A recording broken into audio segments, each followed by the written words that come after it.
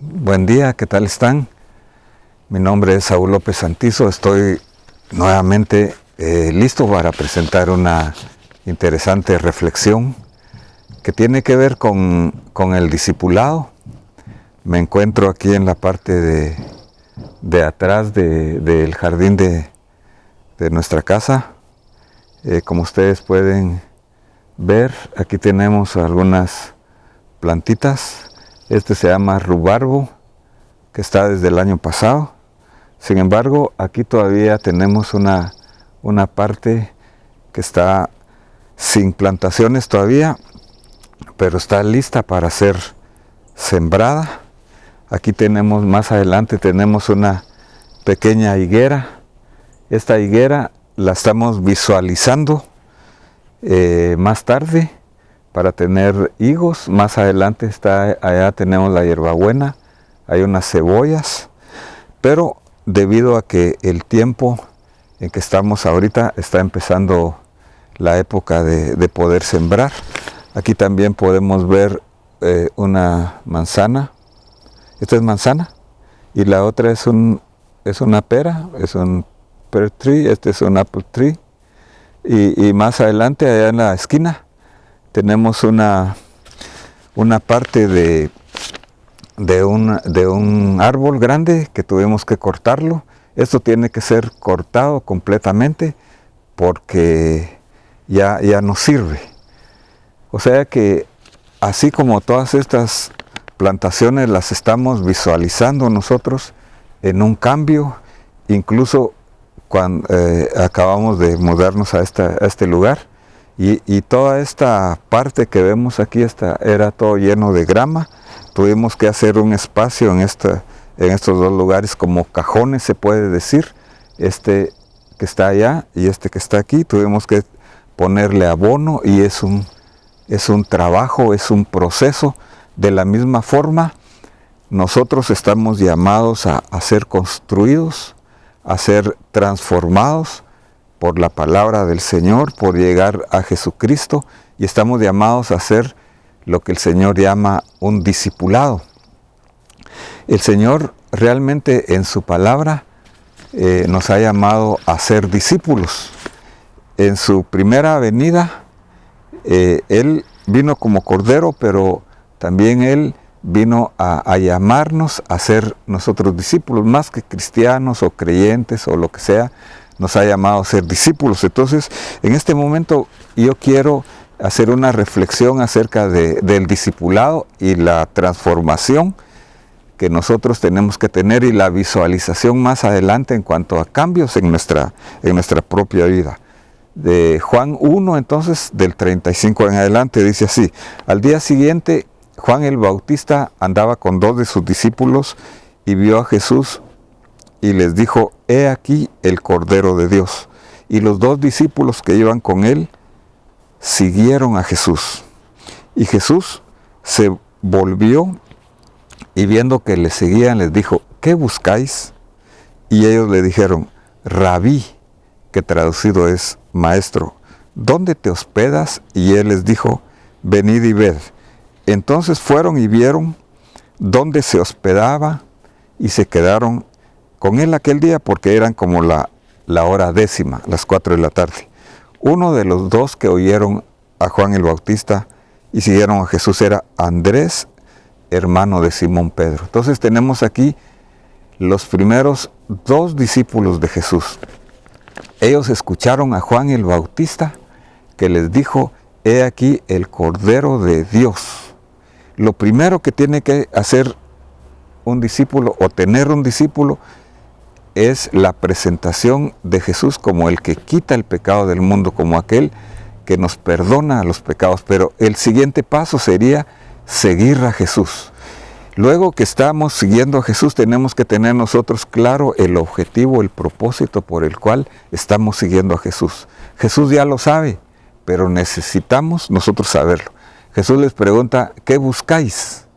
Entonces ellos no solamente buscaban un conocimiento, una información, un maestro, sino que ellos buscaban tener comunión con el Señor. ¿Dónde vives? ¿Cómo vives? Queremos tener una una experiencia de interrelación con el maestro. Le dijeron rabí, que en hebreo significa no solamente maestro, sino mi maestro. O sea, una relación personal con el Señor Jesucristo. En eso consiste el discipulado. Uno de los dos se llamaba Andrés y el otro posiblemente se llamaba Juan. Cada vez que Juan se presenta a sí mismo, él por modestia no dice su nombre, pero más adelante dice que él encontró primero a su hermano Simón y le dice: hemos encontrado al Mesías, que traducido es el Cristo. Entonces le trajo a Jesús y mirándole Jesús le dice: tú eres Simón, hijo de Juan o de Jonás, y tú serás llamado Cefas en arameo y Pedro en latín o en griego. Entonces, otra situación, otro requisito, otro propósito del discipulado es compartir nuestra experiencia de encontrar al Mesías con otros. En este caso, Andrés lo hizo con su hermano Simón. Nosotros tenemos personas que están cerca de nosotros en nuestra familia, en nuestras amistades, nuestros compañeros de trabajo, los cuales necesitan conocer nuestra experiencia. La primera experiencia entonces que ellos tuvieron fue de conocer a Cristo a Jesús como el Cordero. Después tuvieron comunión con Él y ahora lo están presentando como el Mesías. Esto es muy importante para un israelita, para un judío, aceptar a Jesús en primer lugar como el Cordero, pero como el Mesías. O sea, es un Mesías que viene como Cordero primero. Él va a venir en su segunda venida como Rey, como León. Pero aquí le está diciendo a Simón: hemos encontrado al Mesías. Lo lleva al Mesías y entonces Jesús le dice: tú serás llamado Cefas, tú serás llamado Pedro. O sea, hay una transformación del nombre. En la cultura judía podemos observar nosotros de que el nombre es algo que representa el carácter de una persona y el destino. Jesús nos cambia a nosotros el destino, nos cambia a nosotros nuestro carácter. Más adelante, Pedro está hablando de esto mismo y sabemos nosotros de que una piedra es algo que es bastante duro, pero que sirve para construcción. Por lo menos en la tierra de Israel, que hay muchas piedras, utilizan esto. Pedro tiene mucho cuidado en no ponerse él como lo más importante, sino ponerse él como una de las piedras, porque Cristo es la piedra angular. En la primera carta de Pedro, capítulo 2, del 4 en adelante, dice Pedro: acercándonos a él, piedra viva, desechada por los hombres, pero elegida y preciosa ante Dios, también vosotros, como piedras vivas, entrad en la construcción de un edificio espiritual, para un sacerdocio santo, para ofrecer sacrificios espirituales aceptos a Dios por medio de Jesucristo. Pues está en la Escritura: he aquí que coloco en Sión una piedra elegida, angular, preciosa, y el que crea en ella no será confundida. Para vosotros, pues, creyentes, el honor, pero para los incrédulos la piedra que los constructores desecharon en piedra angular se ha convertido. Ese es entonces el Señor Jesucristo. Al día siguiente dice que el Señor fue a un lugar que se llamaba Betsaida. La palabra Betsaida, bueno, es casa de pescadores. Es un lugar donde habían muchos pescadores y ahí pues se conocía Simón, Andrés, Felipe, Natanael y Juan, que eran los 5 primeros discípulos. Dice que Jesús encuentra a Felipe y le dijo: sígueme. Esta palabra es importante y significa no solamente un inicio, sino continúa siguiéndome. Es una fuerza que tiene, una fuerza intensiva, podemos decir, siguiendo al Señor. Felipe era de Betsaida, la ciudad de Andrés y de Pedro. Felipe entonces encontró a Natanael. Aquí vemos entonces cómo se comparte la fe con otras. Y le dijo: hemos hallado aquel de quien enseñó Moisés en la ley y también en los profetas, a Jesús de Nazaret, el hijo de José. Era lo que sabía hasta ese momento Felipe, y lo compartió. Y Natanael argumentó esta palabra. Nosotros podemos argumentar también, es válido razonar y pensar y decir, bueno, pero así como Natanael dijo, ¿puede salir algo bueno de Nazaret? Y entonces Felipe le dice, ven y ve. No hizo un argumento entonces no debatió, no se puso a debatir, sino lo llevó a tener una experiencia. Jesús vio venir a Natanael y le dijo, he aquí un verdadero israelita en el cual no hay engaño. Jesús conoce la intención de nuestro corazón, aunque este hombre argumentó, pero en él no había engaño. Era un argumento para conocer, era un investigador, un inquisidor de la verdad de Dios. Había entonces un verdadero israelita, no era Jacob donde era un engañador, sino era Israel el que había sido llamado aquí. Y Natanael le dice, ¿cómo me conoces? Y él respondió, antes de que Felipe te llamara, cuando estabas en la higuera, te vi. Entonces, una de las costumbres de los judíos en aquel tiempo era que ellos, al entrar a su casa, cerca de la puerta, ellos tenían una higuera donde acostumbraban sacar su silla y sentarse a la sombra de la higuera a meditar la Torá, a meditar la palabra del Señor, a meditar y a orar la palabra del Señor. Este era un hombre que meditaba la palabra de Dios. Felipe le había dicho, hemos encontrado aquel del que habló Moisés y los profetas, porque Dios nos presenta a Jesús en el Antiguo Testamento, nos presenta a Jesús en toda la Biblia, toda la palabra de Dios, desde Génesis hasta Apocalipsis. Y entonces era un hombre que acostumbraba meditar la palabra de Dios. Un discípulo entonces es alguien que tiene que estudiar la palabra de Dios, que tiene que buscar a Jesús en la palabra del Señor, otro de los propósitos. Pero Natanael le respondió, Rabí, aquí lo está reconociendo también como mi maestro, tú eres el Hijo de Dios, tú eres el Rey de Israel. Aquí entonces le está relacionándolo con Dios mismo, con la divinidad de ese Cordero, la divinidad de ese Rabí, la divinidad del Mesías, un Mesías que es divino.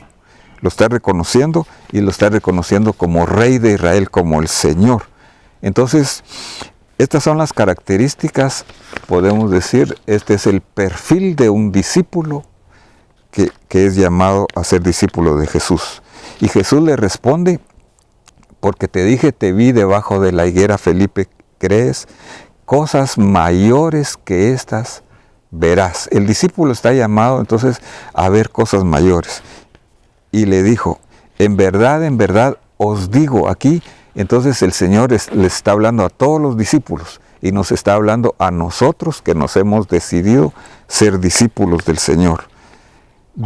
En verdad os digo que veréis el cielo abierto y a los ángeles de Dios subiendo y bajando sobre el Hijo del Hombre. Aquí no podemos nosotros dejar de mencionar el pasaje de Génesis 28:12, donde Jacob se acuesta ahí en el bosque, pone una piedra, se acuesta y tiene un sueño, y en el sueño veía una escalera que llegaba desde la tierra hasta el cielo y habían ángeles bajando y subiendo, y era la misma casa de Dios. Dice aquí el Señor Jesús que van a ver el cielo abierto. El discípulo entonces es uno que es llamado a tener una vida sobrenatural dependiendo de lo que el Señor tiene. Venga tu reino, hágase tu voluntad, así como en el cielo, así también en la tierra, porque Cristo es como una escalera, Él es el camino que nos lleva al Padre, y hay una relación de doble vía entre el cielo, donde está el Padre, y nosotros, donde está Jesús. Si tú tienes a Jesús en tu corazón, tú tienes al medio por el cual puedes llegar a Dios directamente, no necesitas ningún otro intermediario. Entonces, ya para terminar y recapitulando, podemos decir nosotros de que a Jesús podemos llegar a reconocerle mediante el testimonio de Dios, de los siervos de Dios, como fue en el caso de Juan el Bautista. Podemos llegar a conocerle también a través de otra persona o a través de Jesús mismo, como fue el caso de Felipe, y podemos decir nosotros de que, según el testimonio de los primeros discípulos, Jesús es el Cordero de Dios, Jesús es el eterno Hijo de Dios, Jesús es el ungido o el Cristo, Él es el cumplimiento de las profecías del Antiguo Testamento. El discipulado de Jesús, entonces, recapitulando, consiste en reconocerle en primer lugar como el Cordero de Dios que quita el pecado del mundo y lo sigue quitando.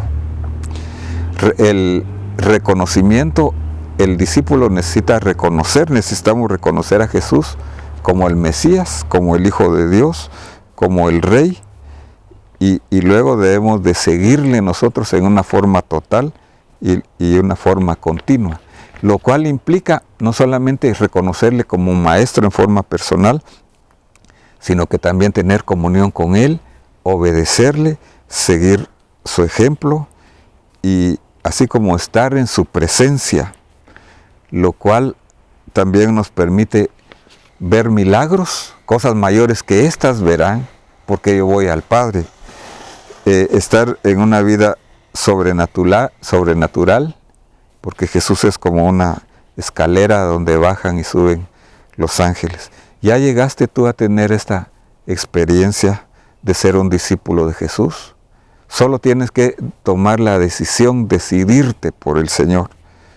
¿Cuál es tu respuesta a esta reflexión? ¿Cuál es tu testimonio hacia los demás con este mensaje?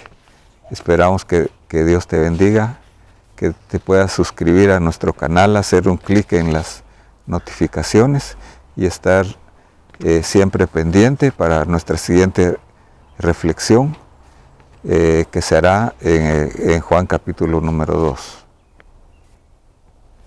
¿Cuánto tiempo llevó?